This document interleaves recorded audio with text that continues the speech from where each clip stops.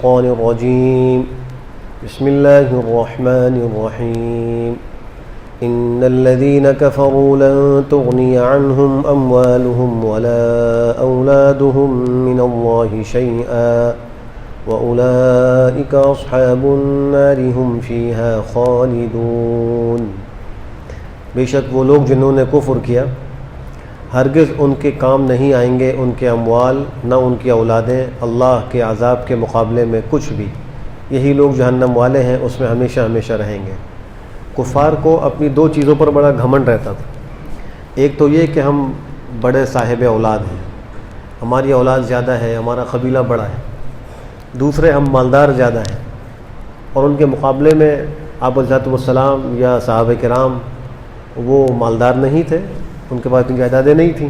شروع میں تو بڑی قسمہ پرسی اور غربت کا حال تھا، تو وہ اس کو بڑی کامیابی سمجھا کرتے تھے، اور ان کا خیال یہ تھا کہ اگر کل آخرت میں ہمارا کوئی مواخذہ بھی ہوا اور کوئی پکڑ بھی ہوئی تو ہم چونکہ صاحب اولاد ہیں، صاحب مال ہیں، تو ہم مال دے کر جان چھڑا لیں گے۔ تو اللہ نے ان کے اس عقیدے کی غلطی ظاہر فرمائی کہ کل قیامت میں اموال و اولاد کوئی کام نہیں آئیں گے اللہ کے عذاب کے مقابلے میں۔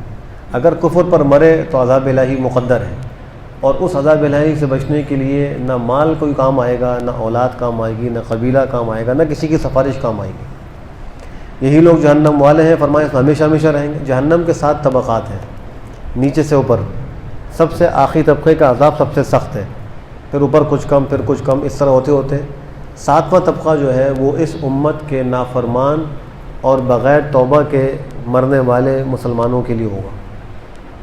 اگر اللہ چاہیں تو معاف کر دے، قادر مطلق ہے، لیکن جن لوگوں نے گناہ کبیرہ کیے اور توبہ نہیں کی، اسی طرح مر گئے، تو اللہ کو اختیار ہے ان پر، چاہے ان کو عذاب دے، چاہے ان کو اللہ معاف کرے۔ تو اگر اللہ عذاب دے گا تو یہ 7ویں طبقے میں ان کو رکھے گا۔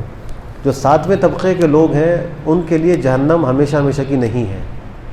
اس سے نیچے کے طبقات میں جتنے بھی لوگ ہیں ان کے لیے ہمیشہ ہمیشہ کی جہنم ہے، اس لیے کہ وہ کفار میں سے انہوں نے اسلام قبول نہیں کیا۔ جس کی موت کفر پر ہو خدا نہ خواستہ، تو اس کے لیے آخرت کے عذاب سے چھٹکارے کی کوئی صورت نہیں ہے، اس کے لیے دائمی عذاب ہے۔ لیکن اگر کوئی مسلمان ہے، اسلام پر مرا ہے، پھر چاہے وہ کتنا ہی بڑا گناہ گار ہو، بغیر توبہ کے مر گیا، بالآخر اس کا انجام یہی ہوگا کہ اس کو جنت میں داخل کیا جائے گا ایمان کی بدولت۔ تو جس کے دل میں ایمان ہے تو آخری انجام اس کا جنت ہی ہے۔ اگر گناہوں کی وجہ سے پکڑ بھی ہوئی تو وہ عارضی پکڑ ہوگی، لیکن وہ پکڑ بھی بہرحال پکڑ ہے، آخرت کا عذاب کوئی معمولی تو نہیں ہے۔ جہنم کی آگ کوئی انسان اس پہ وہ تو نہیں کر سکتا ہمت کہ بھائی میں برداشت کر لوں گا، کوئی مسئلہ نہیں۔ اس دنیا کی آگ کو ذرا ہاتھ لگا کے دیکھیں، ہم اس کو برداشت نہیں کر سکتے، آخرت کا عذاب کو کیسے برداشت کریں گے؟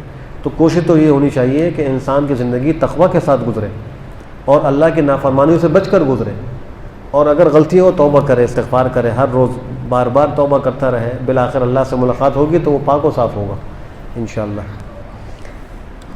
مثل ما ينفقون في هذه الحياة الدنيا كمثل ريح فيها صر أصابت حرث قوم ظلموا أنفسهم فأهلكت وما ظلمهم الله ولكن أنفسهم يظلمون۔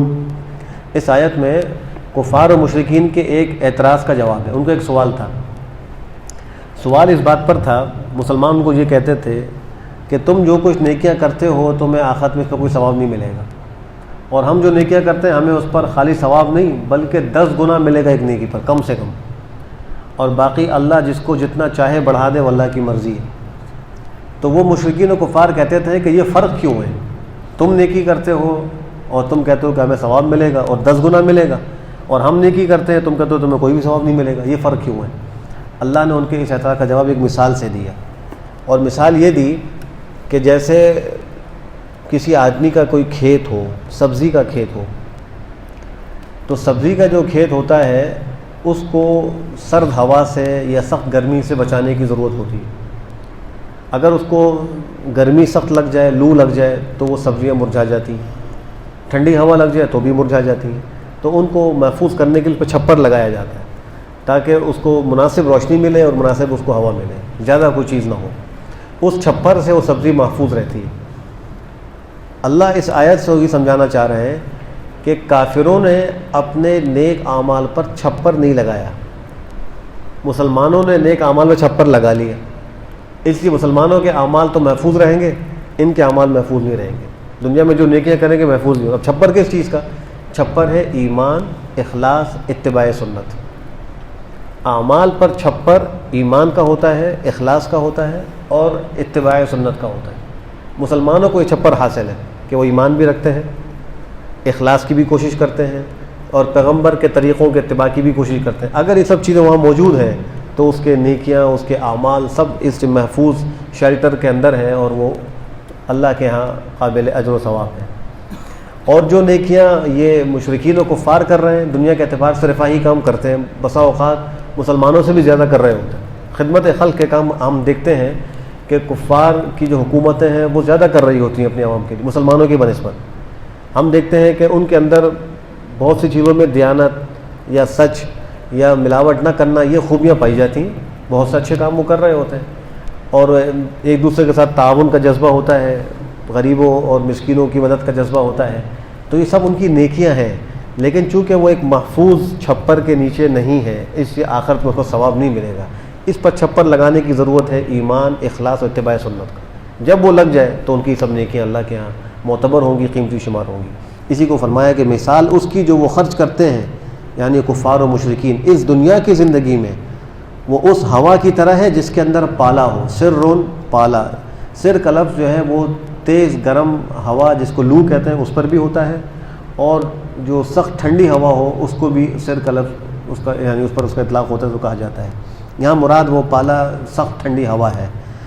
تو فرمایا کہ جو کچھ وہ خرچ کرتے ہیں دنیا کی زندگی میں اس کی مثال اس ہوا کی طرح ہے جس کے اندر پالا ہو، جو پہنچ جائے ایسے لوگوں کی کھیتی کو جنہوں نے اپنی جانوں پر ظلم کر رکھا ہے، پھر وہ اس کو ہلاک کر ڈالیں تو اس کا کیا حال ہوگا کہ ان کو کچھ فائدہ حاصل نہیں ہوگا. تو ان لوگوں نے نیکیاں تو کی، اس کو محفوظ نہیں کیا، اس پر کفر و شرک کی تیز آندھی چلی، اس پہ پالا پڑا کفر کا اور شرک کا، تو نتیجہ یہ ہوا کہ اس نے ان کی کھیتی کو برباد کر دیا. اب جب کھیتی برباد ہو گئی تو اس کو کوئی صلاح اس پہ ملنا نہیں ہے. اب اگر کوئی یہ سوچے کہ یہ تو بڑی زیادتی ان کے ساتھ ہو گئی، انہوں نے نیکیاں بھی کی، اللہ کے ثواب کوئی نہیں مل رہا، تھک بھی رہے، اللہ فرماتے ہیں وَمَا ظَلَمَهُمُ اللَّهُ، اللہ نے ان پر کوئی زیادتی نہیں کی، انہوں نے خود اپنی جانوں پہ زیادتی کی ہے. اللہ نے تو موقع دیا تھا کہ ایمان لاؤ، میری مانو، میں تم کو دوں گا، 1 گناہ نہیں دوں گا، 10 گناہ کم سے کم دوں گا اور جتنا چاہوں گا بڑا کر دوں گا. دنیا میں انسان کام کرتا ہے وہ محدود ہے، اس لیے کہ ہر شخص کی زندگی محدود ہے، 50 سال 60 سال 70 سال. اس میں بچپن کا زمانہ نکال دیں تو اس کو 40-45 سال مل رہے ہیں جس میں وہ نیکیاں کرتا ہے. تو اگر انصاف دیکھا جائے، عدل دیکھا جائے تو اس کا تقاضا یہ ہے کہ 45 سال کی اطاعت پر 45 سال تک اس کو نعمتیں ملنی چاہیے اور اس کا ثواب ملنا چاہیے. اللہ نے اتنی بڑی مہربانی فرمائی کہ اس زندگی کی نیکیوں کا بدلہ ہمیشہ ہمیشہ کا دیا ہے کہ ابد الآباد تک ہمیشہ کے لیے تم کو نیکیاں اور راحتیں اور نعمتیں ملیں گی. تو اللہ کا فضل نہیں اور کیا ہے. تو اللہ تو ظالم نہیں، اللہ نے ظلم نہیں کیا، ظلم لوگوں نے خود کیا ہے کہ وہ کفر کو نہیں چھوڑا، شرک کو نہیں چھوڑا، اللہ کی نہیں مانی، اللہ کے نبی کی نہیں مانی، تو خود زیادتیاں کی ہیں، نتیجہ بھگتنا ہوگا. تو فرمایا وما ظلمهم اللہ، اللہ نے ان پہ کوئی زیادتی نہیں کی، ولکن انفسهم یظلمون، لیکن وہ اپنی جانوں پر ظلم کیا کرتے تھے. یا ایھا الذین آمنوا لا تتخذوا بطانة من دونکم لا یألونکم خبالا ودوا ما عنتم قد بدت البغضاء من افواہہم وما تخفی صدورهم اکبر قد بینا لکم الآیات ان کنتم تعقلون. اوپر والی آیت میں عقیدے کی خرابی کو ذکر کر دیا کہ اگر مشرکین اور کفار کے ساتھ تم رہو گے یا تم ان کے طور طریقے اختیار کرو گے تو تمہارے عقیدے کو خراب کر دیں گے، اور عقیدہ خراب ہوگا تو تمہاری نیکیاں اللہ کے ہاں قیمتی شمار نہیں ہوں گی، اس پہ اجر و ثواب نہیں ملے گا. آگے فرما رہے ہیں کہ نہ صرف یہ کہ تم کو کفر و شرک سے بچنا ہے بلکہ کافر و مشرکین کی دوستی سے بھی بچنا ہے، ان کے ساتھ رہنے سے بھی بچنا ہے. کہیں ایسا نہ ہو کہ تمہاری ان کے ساتھ دوستیاں تم کو ایمان سے پیچھے کر دے اور کفر کے قریب تم کو کر دے. کہیں ایسا نہ ہو کہ ان کی بری صحبت کا اثر تم پر پڑے اور تم ایمان سے ہاتھ دھو بیٹھو اور تم کافر اور مشرک ہو جاؤ، اس لیے تم ان کو اپنا دوست بھی نہ بناؤ. دیکھیے ایک طرف تو مسلمانوں کے اعمال اور عقیدے کی حفاظت کے لیے کفار اور مشرکین کے ساتھ دوستی سے منع کر دیے، دوسری طرف ان ذمیوں یا کافروں کے حقوق کو بھی اسلام بیان کرتا ہے. اسلام یہ بڑا عدل کا ایک مذہب ہے اور یہ انصاف کی بات کرتا ہے، سب کے حقوق کی بات کرتا ہے، وہ اپنی جگہ پر ہے. مثلا حدیث میں آتا ہے کہ جو آدمی کسی ذمہ پر ظلم کرے اس کو اس کی طاقت سے زیادہ کا مکلف کرے، تو کل قیامت میں آپ فرما رہے ہیں کہ میں اس ذمہ کا وکیل ہوں گا، یعنی آپ علیہ السلام اس کی وکالت کریں گے اور اس آدمی کے سے مواخذہ ہوگا۔ اب ایک طرف دیکھیں ذمہ جو کافر ہے، مسلمانوں کے ملک میں رہتا ہے، اس کے حقوق کا تحفظ ہے، لیکن دوسری طرف مسلمانوں کو بھی کافر اور مشرک کی تکلیفوں سے بچانا اور ان کی وجہ سے اس کے ایمان میں جو کمزوری آ سکتی ہے یا عمل میں کوئی خرابی آ سکتی ہے اس سے بچانا بھی ضروری ہے۔ تو اس حکم یہ فرمایا کہ ان کو دوست نہ بناؤ، یہ تمہاری دوستی کے قابل نہیں ہے۔ قرآن کریم میں جا بجا یہ حکم ہے، لا تتخذوا اليہود والنصارى اولیاء، یہود و نصارہ کو دوست نہ بناؤ۔ اس آیت میں فرمایا ہے کہ لا تتخذوا، اے ایمان والو تم مت بناؤ بطانۃ، بطانہ کہتے ہیں کپڑے کے اندر والا جو حصہ استر جو ہوتا ہے اس کو بطانہ کہتے ہیں۔ یہاں مراد ہے رازدار۔ ایک انسان کپڑا پہنتا ہے جو اوپر ہوتا ہے، ایک اندر بنیان ہوتی ہے، اور بنیان کے اندر بھی وہ حصہ جو جسم سے لگتا ہے اس کو استر کہتے ہیں، اندرونی حصہ کہتے ہیں، عربی زبان میں اس کو کہتے ہیں بطانہ۔ تو مطلب یہ ہے کہ تم اپنے مومنوں کے سوا ان کفار و مشرکین کو رازدار دوست نہ بناؤ، یہ تمہارے رازدار بننے کے قابل نہیں ہے، اس لیے کہ مذہب کے فرق کی وجہ سے وہ تمہارے خیر خواہ کبھی نہیں ہو سکتے۔ وہ اسلام کو، مسلمانوں کو اپنا دشمن سمجھتے ہیں، تو اگر تم ان کو رازدار بناؤ گے، اپنے راز ان کو دو گے، تو نتیجہ یہ ہوگا کہ وہ تم کو نقصان پہنچائیں گے۔ اور اسی آیت کے تحت علماء نے لکھا ہے کہ مسلمان حکومتوں میں جو کلیدی عہدے ہوتے ہیں وہ غیر مسلموں کو دینے کی اجازت نہیں ہے۔ آج مسلمان حکومتیں اس حکم پر عمل نہ کرنے کا نقصان اٹھا رہی ہیں۔ کلیدی عہدے مسلمانوں ہی کو ملنے چاہیے، اقلیتوں کے حقوق کے نام پر کلیدی عہدے ان کو دینا، بنیادی عہدے ان کو دینا یا ان کو رازدار بنانا، یہ شریعت و اسلام کے خلاف ہے، اس کی اجازت نہیں ہے۔ باقی ان کے حقوق ہیں، ان کی جان مال کا تحفظ، جب وہ معاہدہ کر کے ہمارے ساتھ رہ رہے ہیں ان کو نہ قتل کرنا جائز ہے، نہ ان کا مال لوٹنا جائز ہے، بیمار ہوں ان کی حفاظت کرنے کا حکم ہے، مجبور ہوں تعاون کرنے کا حکم ہے، وہ اپنی جگہ پر ہے۔ یہ اسلام حقوق سب کے بتلاتا ہے، زیادتی کسی کے اوپر جائز نہیں ہے اسلام کے اندر، لیکن ان کو ایسے مناصب دے دینا جس سے مسلمانوں کو نقصان پہنچائے، اس کی قطعاً اجازت نہیں ہے۔ تو فرمایا کہ تم مت بناؤ اپنے مسلمانوں کے سوا، یعنی ان کو چھوڑ کر رازدار دوست ان کفار کو نہ بناؤ، یہ تم کو نقصان پہنچانے میں کوئی کمی نہیں کرتے۔ اللہ آگے وجہ فرما رہے ہیں تم کیوں نہ بناؤ، لا یألونکم خبالا، یہ تمہیں نقصان پہنچانے میں کوئی کوتاہی نہیں کرتے، جب موقع ملتا ہے تو وہ نقصان پہنچائیں گے۔ تو جو آدمی ایسا ہو کہ وہ موقع کی تلاش میں ہو اور تمہیں نقصان پہنچانا چاہتا ہو تو وہ اس لائق نہیں ہے کہ تم اس کو رازدار دوست بناؤ۔ ودوا ما عنتم، دوسری بات، وہ چاہتے ہیں کہ تم مشقت میں پڑو، تمہیں تکلیف میں دیکھنا چاہتے ہیں۔ مسلمانوں کو تکلیف ہوتی ہے وہ خوش ہوتے ہیں، بلکہ وہ ایسے طور طریقے اختیار کرتے ہیں کہ مسلمانوں کو تکلیف ہو، تنگی ہو۔ تو جو آدمی ایسا ہو کہ ہماری تکلیفوں پر خوش ہو، ہماری مشقتوں پر وہ خوشیاں مناتا ہو، تو وہ اس قابل نہیں ہے کہ اس کو ہم رازدار دوست بنائیں۔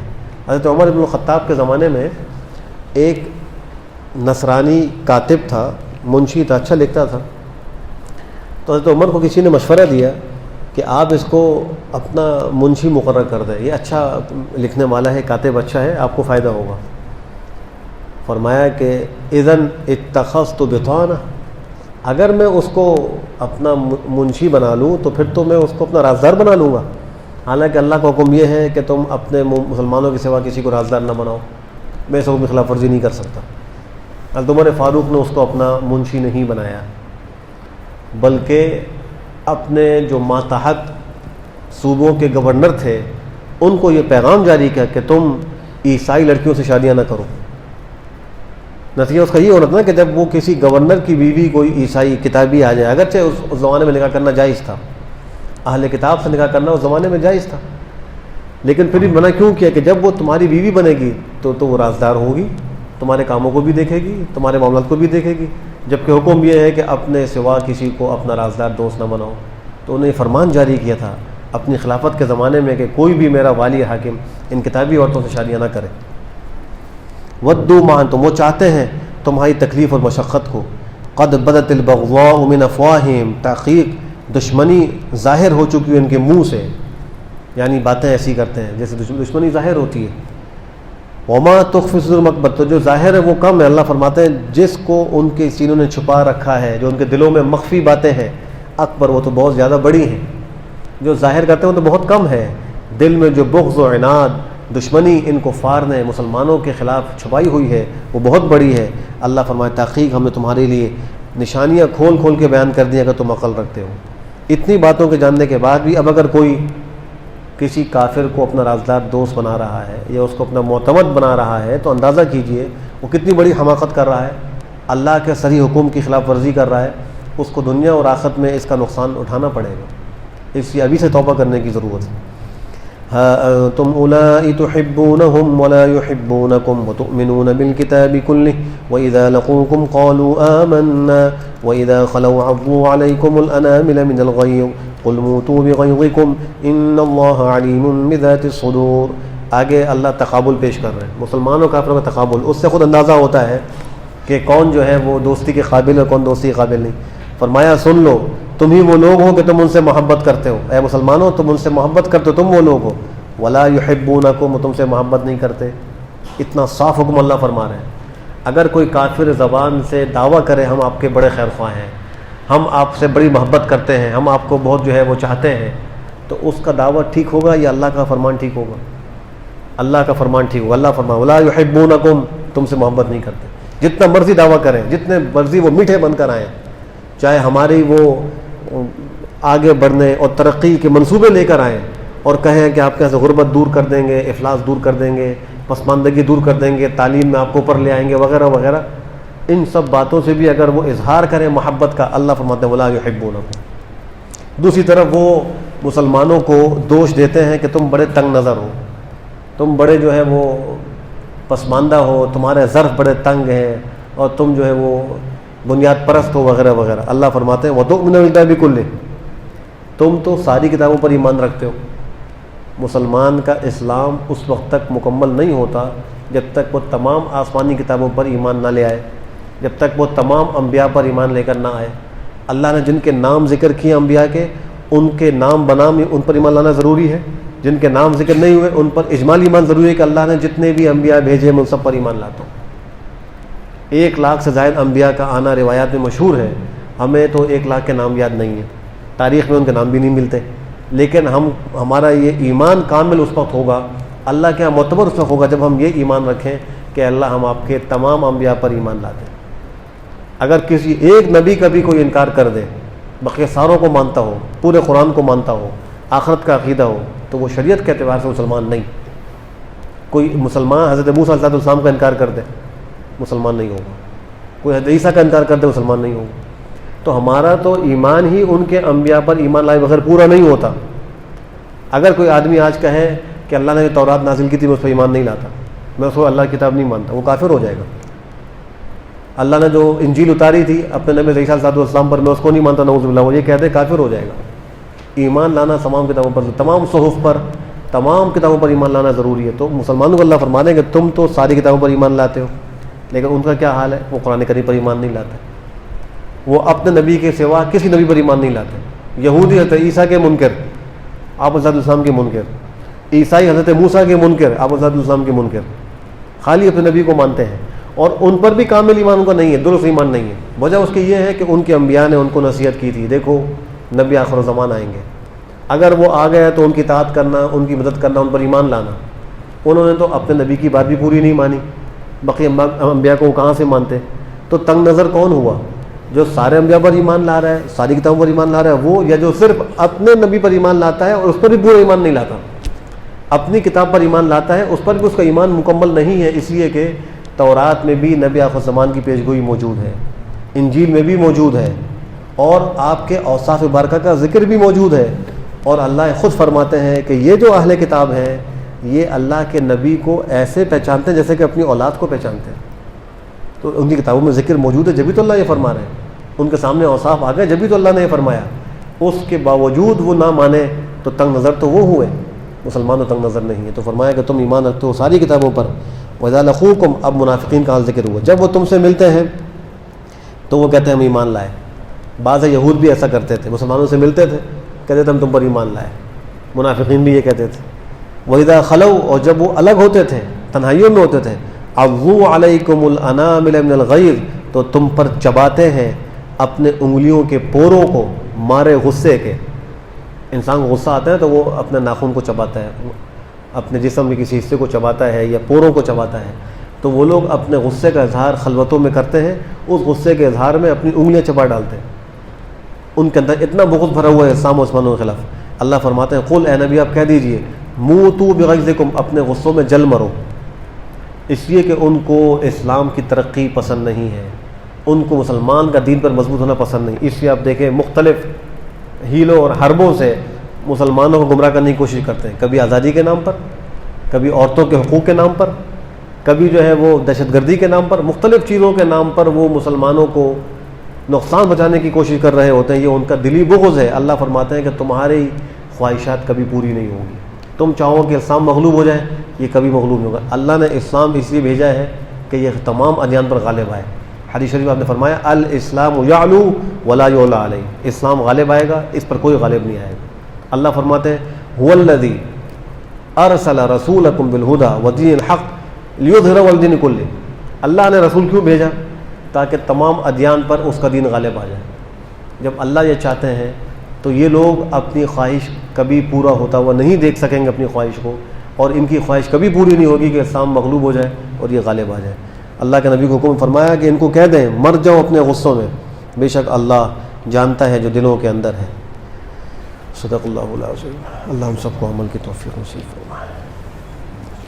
الحمد للہ رب العالمین والعاقبۃ للمتقین والصلاة والسلام على خیر خلقہ محمد وعلى آلہ وصحبہ اجمعین. اللهم أرنا الحق حقا وارزقنا اتباعه وأرنا الباطل باطلا وارزقنا اجتنابه. ربنا آتنا في الدنيا حسنة وفي الآخرة حسنة وقنا عذاب النار. اللهم ألهمنا رشدنا وأعذنا من شرور أنفسنا.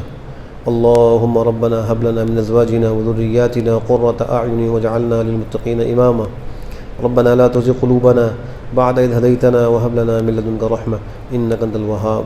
یا اللہ ہم سب کو ایمان پر ثبات قدمی نصیب فرما. یا اللہ ہم سب کے لیے شریعت کا کامل اتباع مقدر فرما. یا اللہ ہم سب کو قرآن کریم کے ساتھ سچا پکا تعلق نصیب فرما. یا اللہ اس کو پڑھنے، سمجھنے، اس پر عمل کرنے کی ہم سب کو توفیق نصیب فرما. یا اللہ جو پریشان حال ہیں ان کی پریشانیوں کو دور فرما. یا اللہ جو مسلمان مظلوم بیچارے ظلم کی چکیوں میں پس رہے ہیں، یا اللہ ان کو ظالموں کے ظلم سے نجات نصیب فرما. یا اللہ ان کی مدد فرما. یا اللہ ان کی جان مال عزت آبرو کی حفاظت فرما. یا اللہ جہاں کہیں بھی مسلمان پریشان ہیں، یا اللہ ان کی پریشانیوں کو دور فرما. یا اللہ جو بیمار ہیں ان کو شفا نصیب فرما. یا اللہ ہسپتالوں میں ہوں، گھروں میں ہوں، یا اللہ سفروں میں ہوں، حضر میں، جہاں کہیں یا اللہ مسلمان بیمار ہیں، یا اللہ ان سب کو شفا نصیب فرما. یا اللہ حاضرین کے دلوں میں جو بھی جائز خواہش ہے اس کو غیب سے پورا فرما. تمام نیک مقاصد میں کامیابی نصیب فرما. ہماری دعاؤں کو محض اپنے فضل و کرم سے قبول فرما. ربنا تقبل منا انك انت السميع العليم وتب علينا انك انت التواب الرحيم. وصلى الله تعالى على خير خلقه محمد وعلى اله وصحبه اجمعين برحمتك يا ارحم الراحمين.